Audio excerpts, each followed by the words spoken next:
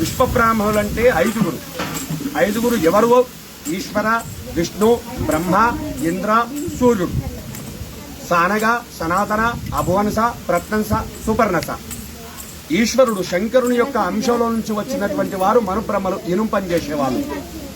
పంచదారాల్లో పెద్దవాళ్ళు మనుబ్రహ్మలు, ఇనుం పనిచేసేవాళ్ళు, కమ్మరాచార్యులు. రెండవది నారాయణమూర్తి అంశంలో నుంచి వచ్చినటువంటి వారు కట్టె పని చేసేటువంటి వాళ్ళు మయబ్రహ్మలు, ఒడ్లాచార్యులు. మూడవది త్వష్టబ్రహ్మ, బ్రహ్మదేవుని యొక్క అంశంలో నుంచి వచ్చినటువంటి వారు ఇత్తడి పని చేసేవాళ్ళు, కంచడి. నాలుగవది దేవేంద్రుని అంశంలో నుంచి వచ్చినటువంటి వారు శిల్పులు, దేవతా విగ్రహాలు ఎక్కేటువంటి వారు. ఐదవది సూర్య భగవాను యొక్క అంశంలో నుంచి వచ్చినటువంటి వారు సుపర్ణ ఋషి, విశ్వజ్ఞ బ్రహ్మ, బంగారాచార్యులు, బంగారం పనిచేసే వాళ్ళు అవసరాచార్య అంటున్నారు. ఇప్పుడు ఈ విశ్వబ్రహ్మకు పంచముఖముల్లో పంచబ్రహ్మలు ఈశ్వర, విష్ణు, బ్రహ్మ, ఇంద్ర, సూర్యుడు.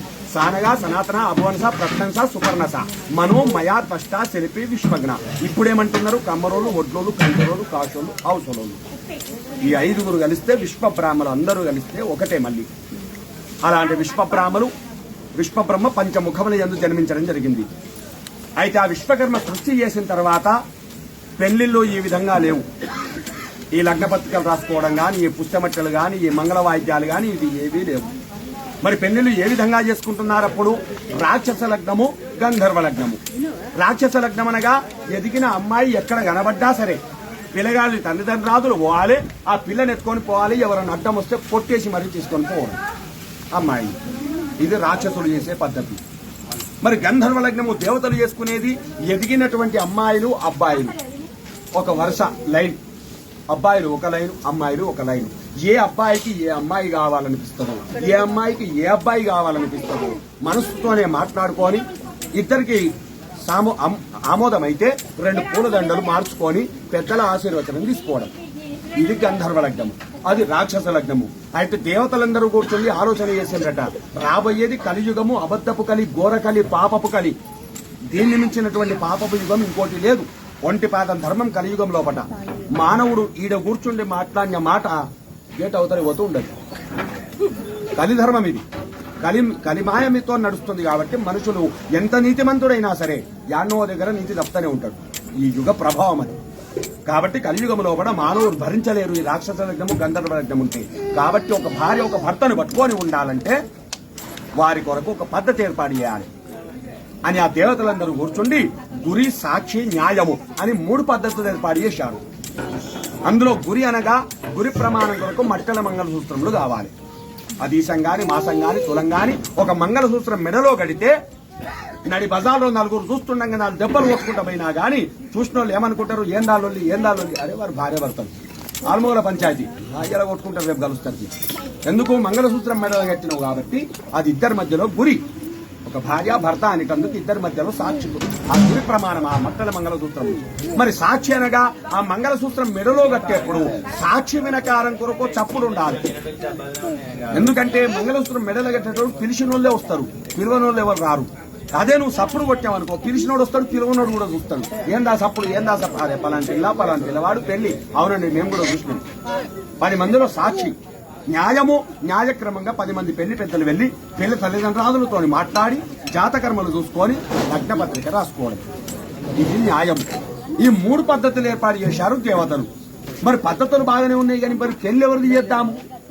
ఓ పెళ్లి కూడా చేసి తీయాలి కదా. ఎవరిదో ఎందుకండి? అందరికీ పెద్ద 33 కోట్ల దేవతలకు పెద్ద మనిషి బోలా శంకరుడు. శంకరుని పెళ్లి చేయాలి. మరి శంకరుని పెళ్లి కాలేదా? అమ్మవారు పార్వతీదేవి 14 అవతారాలు తీసుకున్నది. 13 అవతారాలు అయిపోయినాయి అప్పటికి. దక్షిణ కుమార్తెగా జన్మించింది. దక్షుడు శివనింద చేస్తే దక్షయజ్ఞంలో ఓడి భస్వం అయిపోయింది అమ్మవారు. ఆ 13 అవతారాలలో కూడా శంకరుడు పూర్వదండేశ తెచ్చుకున్నాడు కానీ పుస్తకటలేదు. 13 లగ్నాలు గంధర్వ లగ్నాలు చేసుకున్నాడు. ఇప్పుడు చివరి అవతారం హిమవంతుని కుమార్తెగా జన్మించింది. ఆయన పర్వతరాజు కాబట్టి పార్వతి అని పేరు పెట్టుకున్నాడు. పార్వతి అక్కడ ఉన్నది, పరమేశ్వరుడు ఇక్కడ ఉన్నాడు. వీళ్ళిద్దరి కళ్యాణం ఎట్లా చేస్తే రేపు లోక కళ్యాణం అట్లా నడుస్తుంది అని ఆ కళ్యాణం కొరకు మరి ఇందులో న్యాయము లగ్నపత్రిక అంటే మనం రాసుకుంటాం.